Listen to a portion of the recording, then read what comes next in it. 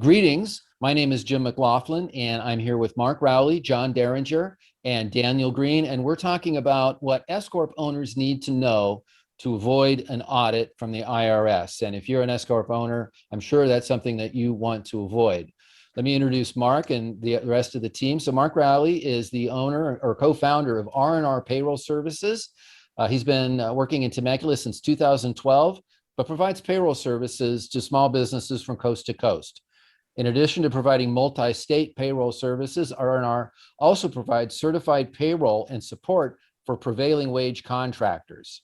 While I'm introducing Mark, I'll also introduce John Dieringer. John Dieringer runs Dieringer Law Group. He's an employment law attorney, lawyers protecting employers. Love that tagline. Since becoming an attorney in 1992, John has counseled employers with an eye toward preventative law to prevent employment disputes before they arise, and then defending clients when disputes do occur, because it does happen.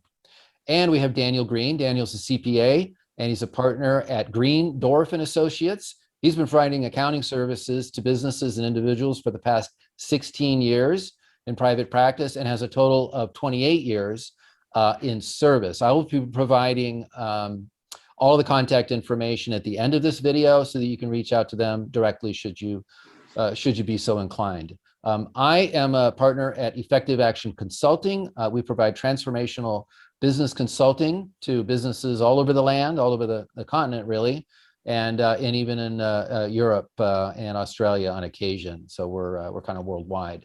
And so I'll be facilitating this discussion. And Mark, I just want to really get the ball rolling here.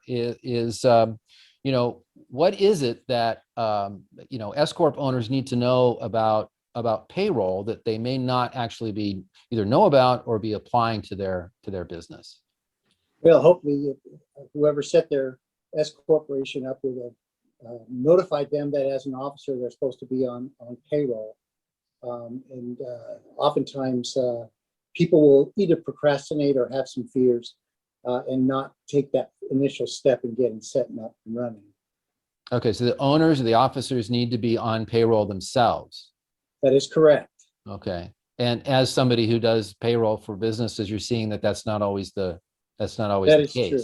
That is true. Sometimes somebody will be told by their CPA or enrolled agent that they need to get started, and a year will go by and nothing has happened, and they're faced with that dilemma again of not being able to show certain expenses on their taxes that will go against them. Okay, great. So what is it, do you think, that has them stall or delay or avoid it entirely? What's the... Well, the biggest thing I see is people are just flat out fearful of having to pay any other taxes during the year and not really knowing what exactly they have to pay. There are people that just listen to other folks and that may not have accurate information, and they're thinking that they're going to be paying a lot more than they actually do.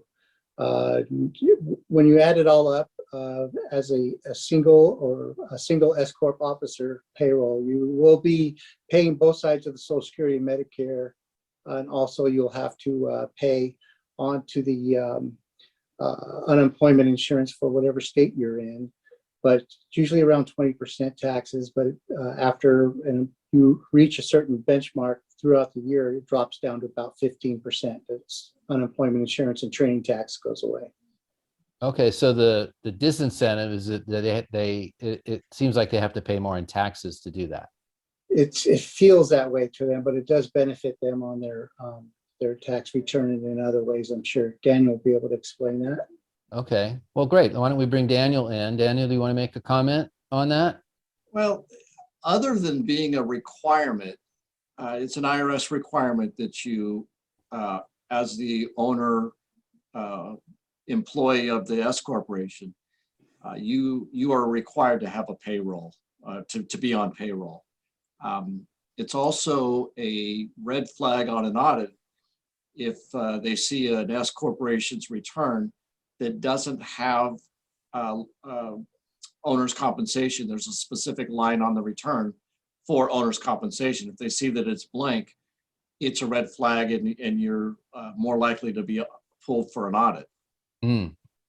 Okay, so the pain of an audit may outweigh the perceived pain of having to pay what seems like paying more in taxes by doing your own payroll, right? Well, it is, I mean, yes, it's more in taxes. It's also a requirement, a regulation that you do that. So, um, you know, by not having payroll, you're not complying with the tax laws. And by not complying with the tax laws, you're opening the door for an audit. Okay, And if they see that, they're going to dig in to everything else on that return. So, you know, it's nice to avoid that. okay. Got it. Got it. So yeah, you have, as a CPA, you have a lot of experience in dealing with the IRS in these matters. So you see that kind of thing. Yeah, I see it. It's a very common audit for an S corporation is the payroll issue. It's very simple. It's easy cherry picking, if you will, for the auditor to audit when there's no payroll for the officers. Yeah, I'm not an accountant, and I'm not with the IRS, but I really get, if I see S Corp and I see owner compensation blank, that's pretty obvious. Like, that doesn't take a whole lot of digging to see that something's wrong here.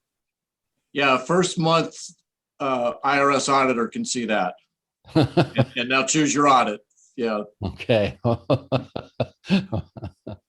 Okay, really good. Something to watch out for. Let's bring John in. And John, how does this apply to, or what are the employment law implications here?